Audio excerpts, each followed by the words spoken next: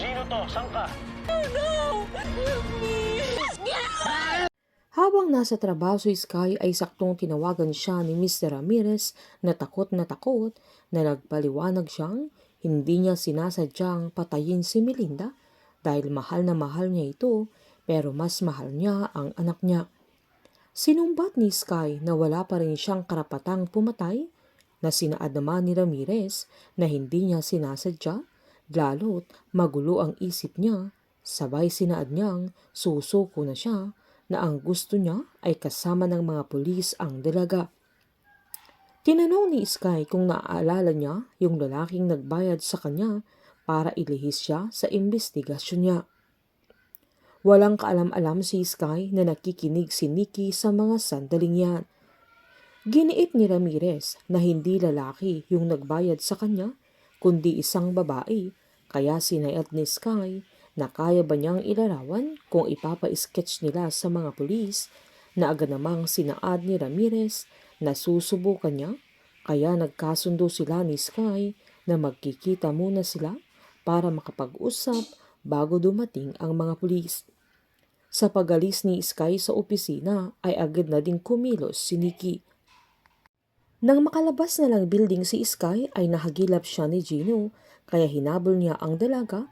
Sabay binati niya ito sa scoop na ginawa niya na agad namang sinaad ni Sky na hindi siya ang nagsulat pero sinaad ni Gino na siya naman talaga ang nag-effort kaya nagpasalamat na din ang dalaga sabay nagpaalam na ito. Humirit pa si Gino na baka pwede din silang lumabas na dalawa sabay sinabi niyang kasama nila si Yana na giniit naman ni Sky na nag-message din ang dalaga sa kanya na nagyayayang mag-coffee, sabay kinumusta niya ang trabaho niya.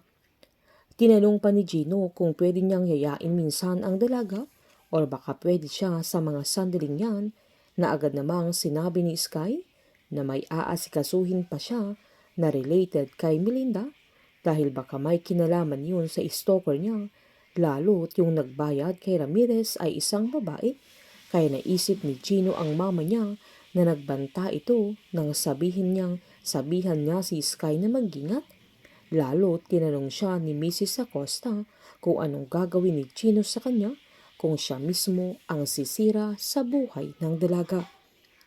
Hinanap agad ni Gino ang mama niya dahil wala ito sa shelter at nahanap niya itong nagkakape na nagpalusot si Mrs. Acosta na nakipagkita siya sa mga kaibigan niya pero diretsahan siyang tinanong ni Gino kung totoong mga kaibigan niya o ang papa niya.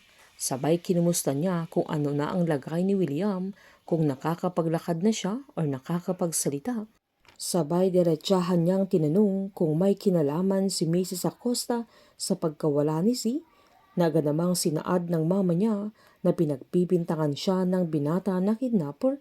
Kaya tinanong ni Gino kung siya ang nagbayad para isabotahe si Sky na agad namang sinumbat ng mama niya na hindi niya deserve na ganun siya itrato ng binata, na nanindigan siyang wala siyang kinalaman sabay aalis na sana ito, na giniit pa niyang pinapaikot lang ni Sky ang ulo ni Gino sa mga kasinungalingan niya, na binalaan naman ng binata ang mama niya na itigil na niya ang mga ginagawa niya dahil hindi niya maproprotektahan ang mga kasamaan nila.